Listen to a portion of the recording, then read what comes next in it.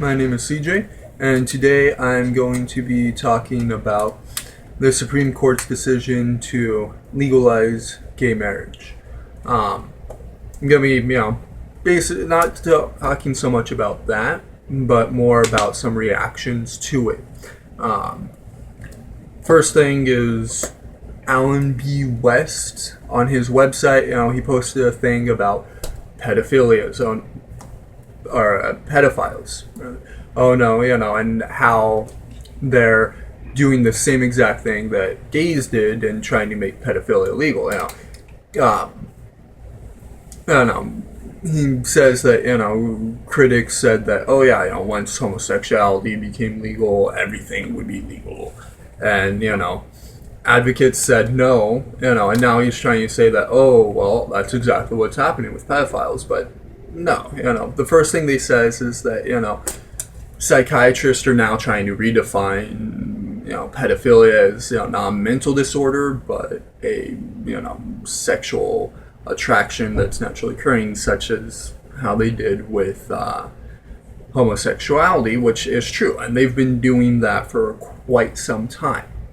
The main thing stopping them from doing it is the fact that most pedophiles aren't actually sexually attracted to children. There's potentially there is a small amount that are actually sexually attracted to children, but most pedophiles simply have sex with children because they're able to. It's a lot easier. This is also the reason why most cases of pedophilia are committed against children who are weaker or have some sort of mental or physical disorder or something to that effect, where their attackers are thinking that they aren't going to go out and get help for what happened or tell people about what happened, because they're not looking for love, they're looking to rape a child.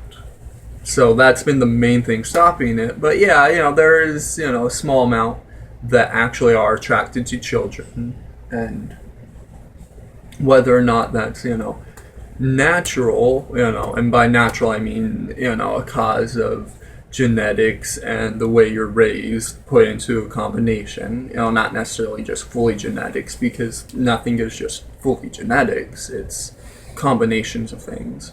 But whether it's that or if it's just something else, it's something that actually could be changed and therefore is a mental disorder, is a bit more difficult to find out. Just like with dissociative identity disorder, it took a long time for that to be classified as a mental disorder. And for those of you who don't know what that is, that's schizophrenia, or not schizophrenia, but multiple personality disorder, I mean to say, which is no longer called multiple personality disorder because it's not an actual personality disorder. It's not part of your personality. It's just different personas that you take on. And for the longest time, it was very difficult for psychiatrists to say, this actually is a mental disorder, because a lot of people thought they were faking it, because a lot of people were faking it. A lot of people were trying to act like they had DID simply to, get out of, a murder. Oh, it wasn't me, it was Allison, she did it, oh no, and that threw off a lot of psychiatrists. And that's the same thing that they're facing with pedophiles, is that, a lot of pedophiles aren't attracted to children, they're just rapists. And that's the reason why it's taken so long. If it wasn't for that, then maybe, long ago when, homosexuality was redefined in 73, pedophilia would have been redefined as well, but, there's a lot more involved to it than just, clearly it's not a mental disorder, it's, not a choice, it's just something that happened naturally, because for a lot of them, it is a choice. But, that's very different. And then, let's see here. Yeah, he goes on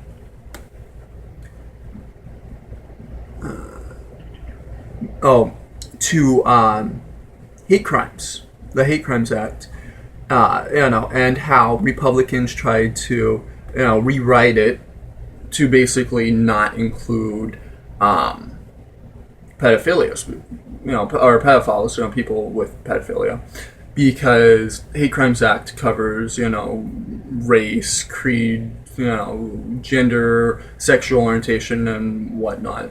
And you can make the argument that pedophilia is a sexual orientation, and Republicans try to dismiss that, and it, put it into the bill that, pedophilia isn't covered, and, Democrats fought against it, because they're horrible people, but that's not why. The reason why is because that's actually a slippery slope. If you say, oh, pedophilia can't be covered as a sexual, under the Hate Crime Act because, for whatever reason, because it's icky or because it's illegal, then that actually does open up the gateway to other things. In certain states, sodomy is considered illegal, and if you're, having, that kind of a homosexual relationship, then you could make the argument, oh, hey, pedophilia isn't a hate crime because that's illegal in this, area.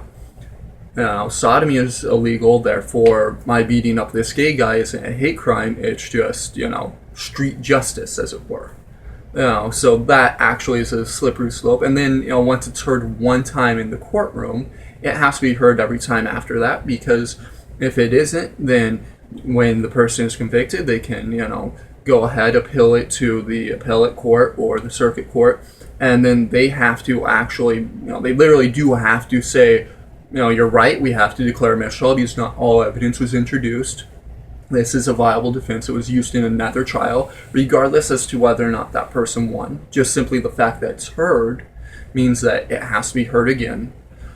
So that actually is a really slippery slope. And then, you get to, oh, well, if crimes are, not covered by the, Hate Crimes Act, where pedophilia and sodomy are a crime, well, what about, the way that things naturally are? If, a black person comes into this guy's restaurant in the South and that restaurant doesn't serve black people, and he tells him, hey, we don't serve black people here, and the guy's like, screw you, you have to. You can't discriminate against me. And then, somebody warns him, hey, if you don't do that, we're going to beat the shit out of you. They can use that as an argument that, it wasn't a hate crime. We didn't beat him up because he's black. We beat him up because he was trying to change the status quo in the area, and, that actually could be used as a defense because that's trying to change things. And it's not just simply because that's the way the person is. It's because that's the way the person is, and that caused this, which is why you'd be able to get around the Hate Crime Act with pedophiles and with homosexuals, so why not use it for, others too? Which actually does create a slippery slope, so they said, no, we have to protect everybody, regardless. Now, if you, say, oh, hey, this pedophile molested my cousin, that's why I beat the shit out of him, then yeah, it's not a hate crime. You did it not because of his sexual orientation, but because of the acts that he committed against this other person. Now, that's a completely different thing, which is another reason why they didn't fight to get, pedophilia taken out of there, because, it's, while it's not a crime to be attracted to somebody, it is a crime to act on it, and yeah, that makes it not a hate crime. That makes it where, you're doing it because somebody raped somebody, it's still a crime. You can still be taken, you can still be tried for it, but it won't be charged as a hate crime. Anyways, that's going off on a bit of a rant there. But anyways, he's also saying that, pedophiles are now trying to do the same thing that gays did and make pedophilia legal, which, yeah, of course, anybody who said, oh no, other groups aren't going to try and horn in on, homosexual marriage being made legal, is either full of it or is lying to themselves, because yeah, that was going to happen. There's no doubt in my mind that that was going to happen, but it's not going to be made legal. That's the difference. You can say, oh, well, homosexual marriage is legal, so, adult and child marriage should be legal too, but that's two different things. You can, take it to bestiality and polygamy as well. But those are all very different things, because with an adult and a child, you have a consenting adult and a non-consenting minor. It's not two consenting adults. It's an adult and a minor. They can't enter into marriage. As far as the government is concerned, marriage is just a legal contract. One that, no, a child can't enter into, and one that, no, and a duck or a sheep can't enter into. You can't marry a duck just because homosexual marriage is legal now. You'd have to have the duck consent to it, and a duck can't. Maybe in 50 years, if we have, headsets that we can put onto ducks and they can, speak English now because of it, then, yeah, we can broach the subject of, is marriage between a man and a duck legal or not, because now a duck can consent. But until that point, no. Duck can't consent, therefore it's not legal. It cannot be legal, period. And with polygamy, the reason why that was made illegal was because it's multiple people entering into a marriage contract, which the Supreme Court decided takes away the rights of the individuals in that relationship. Frankly, I still don't understand how it takes away their rights, but that was the Supreme Court's decision. In my opinion, it should be legal, because multiple parties can enter into any other types of contracts. Why not a marriage contract? But that is a completely separate argument. That's an argument of individual rights and whether or not it encroaches upon individual rights, which wasn't the case with homosexual marriage. It was just a matter of, how do we define marriage? Which all along it should have just been defined as, a legal contract, because that's what it was. And of course, the entire time that this was going on, people, made the argument that, it's encroaching upon our religious freedom, which it's not. They said, various different things, like, if this happens now, ministers will have to marry gay couples, which isn't true. A church doesn't have to marry anybody. They don't have to marry anybody, and if they do marry people, it's their decision who they marry. They aren't required by law to marry people at all.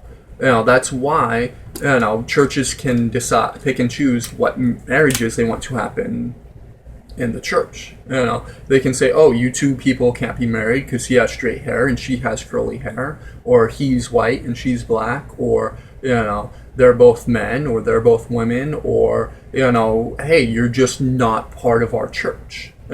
If churches were required by law to marry people, do you know how many Satanists would be, going down to a Catholic church to get married there just for a laugh? It's not required. The only person who's required by law to marry anybody is the JOP down at the courthouse, because that's their job. Just like the DMV worker can't say, I'm not going to give you, a driving test because I don't like you. The GOP can't say, I'm not going to marry you because I don't like you or what you represent. But a church can. That's a private institution. They have their own options. That's also why a lot of churches are able to do things like, you have to have a year of premarital counseling before we marry you. Otherwise, we aren't going to marry you. If they were required to marry people, they could not do that. But they aren't. It doesn't encroach upon anybody else's freedoms, which is the reason why it was found that way. Why, it was made legal by the Supreme Court.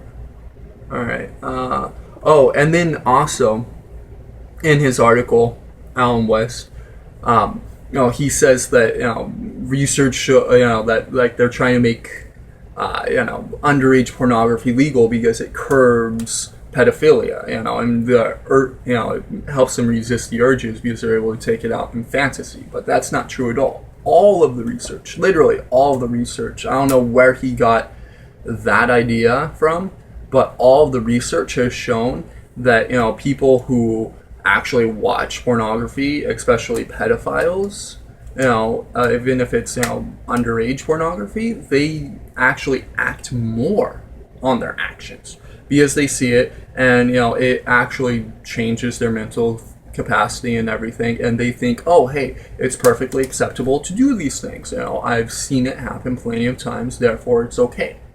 I don't know. But I don't know, him saying that they're trying to legalize it, no, I haven't heard of anybody trying to legalize it. I'm sure that there's some fringe group out there who has tried to, stating that, oh yeah, it helps curb impulses, but all of the research, all of it, has shown the exact opposite, that it makes them more likely to act out on, because whether it's changing of the mental capacity, or if it's just simply, oh hey, looking at pictures and doing this was so good, the real thing must be better, and so they go ahead and take it up a notch. Kind of like how people view gateway drugs. It's kind of the same, along the same lines there, in that case, but it's the exact opposite of what he was trying to say. All right, next up, Mike Huckabee. Now, he came out basically saying that the Supreme Court tried to unwrite the laws of nature and the laws of God, which first off, I don't know if Huckabee's aware of this or not, but the First Amendment makes it so that here's the church, here's the states. They're separate things. Separate. So the Supreme Court should not have taken into account the idea of the laws of God.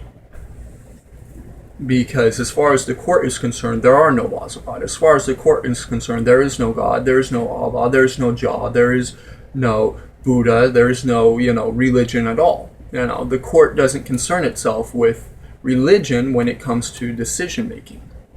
And as far as the laws of nature, historically, across the board, 12% of people have been homosexual.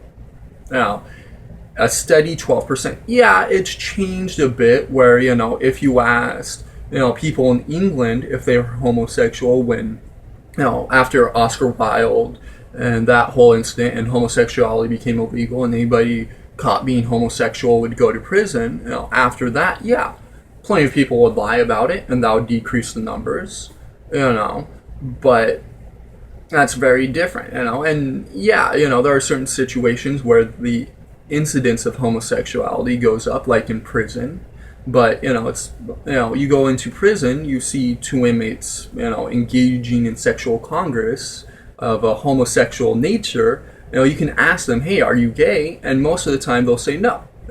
It's not a matter of being gay, it's a matter of I need release, this is the only thing available, I guess I have to, but I'm not gay.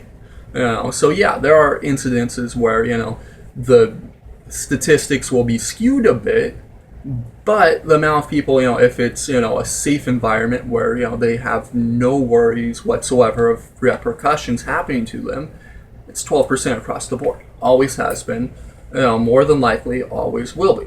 And one of the big things I've heard people argue against that, that homosexuality isn't natural, is twins. Saying that with twins, most of the time if one's gay, the other won't necessarily be gay. Natural doesn't just mean genetics. And yeah, if it were 100% genetics, then yeah, 100% of the time, if one twin is gay, the other would be too. But it's not just genetics. Just like with cancer, with cancer, there are some people who, genetically, yeah, they're absolutely going to have cancer no matter what. But that's usually specific types of cancer, where they have the breast cancer gene or the ovarian cancer gene, and that's, very few cases of actual cancer overall. If we look at total cancer patients overall, very few of them, are predetermined that they're going to have cancer just by their genetics. Most of the time, it's a combination of genetics and environment where, yeah, they have a predisposition to cancer because of their genetics. And, they stood in front of the microwave too much as a kid, and now they have cancer. It's a combination of the two things. And that's the way it is with virtually everything. Even hair isn't entirely genetic. You can have your genetics where your hair is straight or curly or wavy, but that can be augmented by nurture. It's nature versus nurture. It's a combination of the two. It's not just one thing. But that doesn't mean that it's not natural. It just means that it's not 100% genetics 100% of the time. A combination of how you're raised and your genetic predispositions determine what kind of a person you are. Even skin color isn't determined 100% by genetics. I can go out, I can get a tan, my skin tone will change. I can go out, I can get sunburned, my skin tone will change. My brother-in-law, you look at him, he looks like he's, black, mixed race, probably black and something else, or maybe he's, Middle Eastern, but when he pulls down his shirt like that, he's as white as my face is. It's kind of funny. Yeah, I mean, it's, now I could never be that dark, simply because of genetics, but genetics aren't the all-encompassing thing for everything. It's a combination of multiple things, and any scientist will tell you that. As long as, they're not trying to push forward some agenda that they personally have. But, yeah. And then, Huckabee goes on to attack Obama, saying that Obama opposed gay marriage until 2012, which isn't true. He didn't make it part of his agenda. He didn't publicly support it. He didn't make it something that he was fighting towards. But that doesn't mean he opposed it. That just means he wasn't fighting for it. He was saying, hey, we need to dismantle Guantanamo Bay, which is something that didn't happen. Not necessarily his fault, but a combination of different things made it so that just never happened. We need to do this, that and the other. We need to end the war. We need to, fight poverty. We need to do this and that and all of this. And, that just made the list where it's, and then finally down here, gay marriage. And he finally was able to get to it once he got through all of these other things that had to happen right then and there, which is understandable. That's the way it works when you have a big old laundry list of things to do. Something has to be first, and something has to be middle, and something has to be on the bottom. That's just how it happens. He didn't oppose it. He just simply didn't publicly support it and make it a big part of his agenda until 2012. But yeah.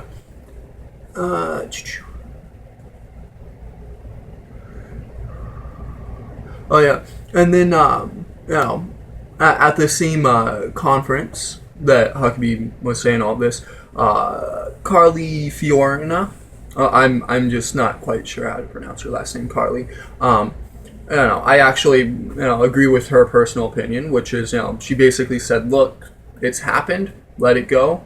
We aren't going to be able to change it. We shouldn't focus on changing it. We should focus on other things like allowing people, to refuse to serve gay couples, which, personally, I actually do agree with that. If you own a private institute, you should be able to tell people that they can't come into your private institute. If it's publicly funded, you lose that right. But if it's privately funded, the government shouldn't be allowed to come after you for refusing to serve somebody, regardless as to why you do that.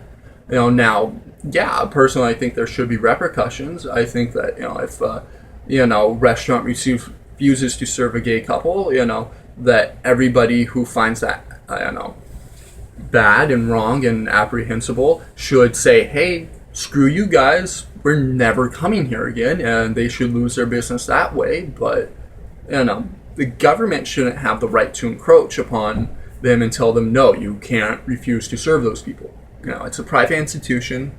They should have the right to do it. And then at the same one,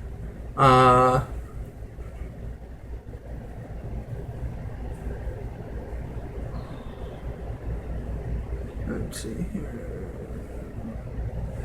Yeah, I mean, there were a few others who spoke out about it. Santorum. There we go.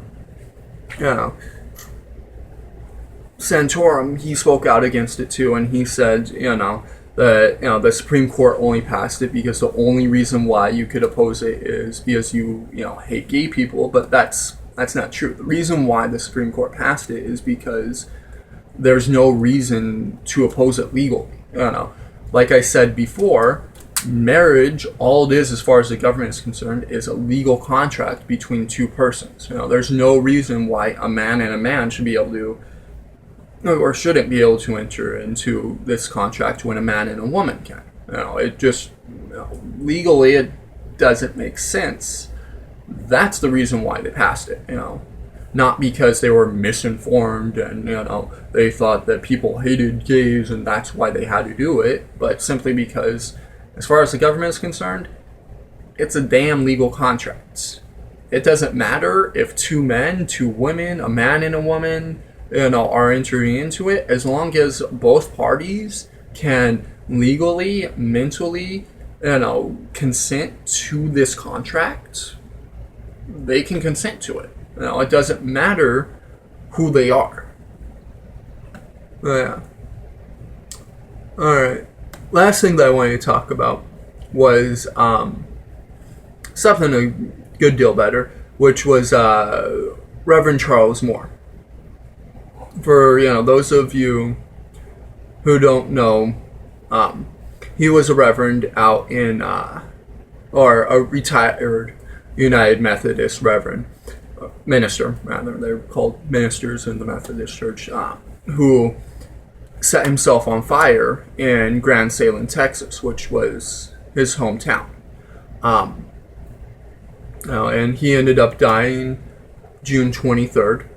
The reason why was because he wanted to inspire people to do the right thing and to actually go ahead and treat people equally, blacks and homosexuals and everybody.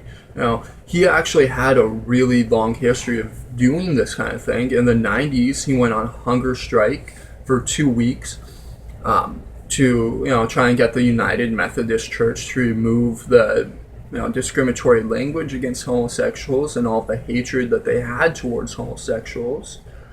He also tried to get the death penalty abolished in Texas, and he actually stood vigil in front of Bush's mansion when he was governor to try and stop all of the executions that were going on in Texas at the time.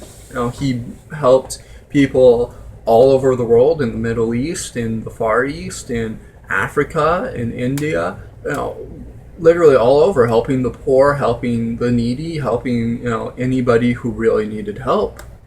He was a really great man, and the reason why he did this, specifically where he did it, was because, like I said, it was his hometown, and in Grand Salem, Texas, there were a lot of people who, there was a long history of racism, and there are still a lot of people who are very racist there, and he was inspired by the Tibetan Buddhist monks who committed self-immolation when the Chinese government tried to, take over China. And when, like I said, the reason why Grand Salem was because it was where he grew up, and he actually, experienced all of that racism firsthand. He was a white minister. He didn't, experience it, directed towards him, but he was there for it. He did experience when, he even said, I'll actually read this quote from him. He said, "When I was about 10 years old, some friends and I were walking down the road towards the creek to catch some fish, when a man called Uncle Billy stopped us, called him in his home for a drink of water, and but his real reason was to cheerfully tell us about helping to kill black people and put their heads on a pole. A section of Grand Salem was, and he didn't know if it still was or not, he thought it very well may have been still called Pole Town, where the heads were displayed. It was years later before I knew what the name meant." That's the reason why he did this, was to fight against that kind of racism against people, and Grand Salem was a great place for him to do it, he felt, because of that history that they had, because they still treated blacks and other minorities, homosexuals, any race other than white, essentially, as lesser people. And he hoped that in doing that, he would be able to inspire equality. And I just wanted to finish with that because I feel that that's a very positive story, and what he did was a great thing. Whether or not you agree with him going to that extent, he was a very good man, and what he did, he absolutely did it for the right reasons. And he lived a very good, very full life doing what he meant to do, what he wanted, helping others. And I think that that's something to absolutely be applauded and saluted. And I think that's a very good thing to end on. So I do thank you all for your time, and I thank you for watching. If you liked it, go ahead and like it. If you didn't like it, I don't personally mind. You can hit dislike. I don't care too much. If you want to talk more about it, if you have any points to bring up about what I said, go ahead and leave them in the comments. I'll be sure to get back to you, as long as they're actual points and not just, you being stupid or trolling or something. If it's something that's, actually worth discussing, I'll go ahead and comment right back. If you have any questions, go ahead and ask them. I'll go ahead and answer them for you. Thank you very much for your time. And before I go, one more thing that I'd like to add, which I thought was pretty cool. If you haven't, been on Arnold, if you are on Facebook, check out Arnold Schwarzenegger's page, because he actually, changed his profile page, and it's, the actual Arnold Schwarzenegger page, the confirmed one that's run, either by him or by people that work for him, and therefore essentially by him, where he proves everything or not. And he actually changed his profile picture to the one with the rainbow image in front of the picture overlapped. And it's kind of funny because somebody commented on it, basically said, what the hell, I've lost respect for you, I'm gonna unfollow you. And his response was just hasta la vista, which I think is great. That even Schwarzenegger, who is a Republican, ran on the Republican ticket, became Republican governor of California, and while he was the governor of California, gay marriage was made illegal here. Not due to him or anything, it was because of the proposition that was put forth and the way that propositions work in California that was made illegal. He had no power over that, but while he was governor, that happened, and yet he still publicly supports gay marriage. I think that that's fantastic. Yeah, thank you. In the comic. What? In the comic about God.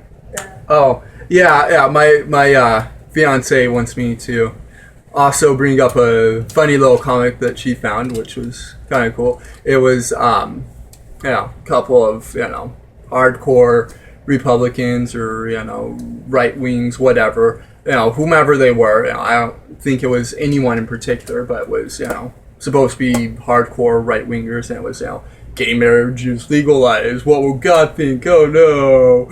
And then it shows meanwhile in heaven, and it's God wearing a LGBTQ T-shirt, and angels holding up a little banner that says finally.